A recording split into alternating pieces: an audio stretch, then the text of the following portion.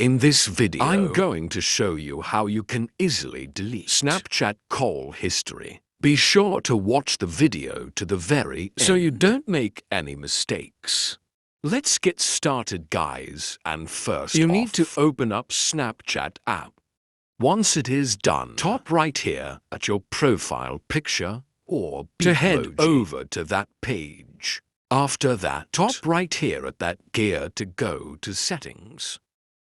And now we need to scroll down all the way until just under that privacy control. We'll find clear data.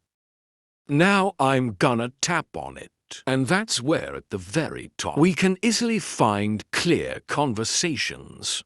Right here we can clear any conversation history.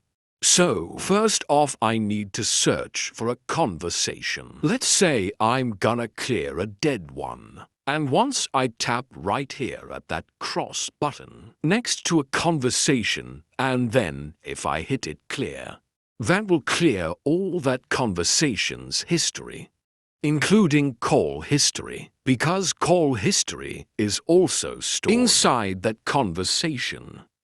Basically, guys, save this video is helpful. Don't forget to hit the like button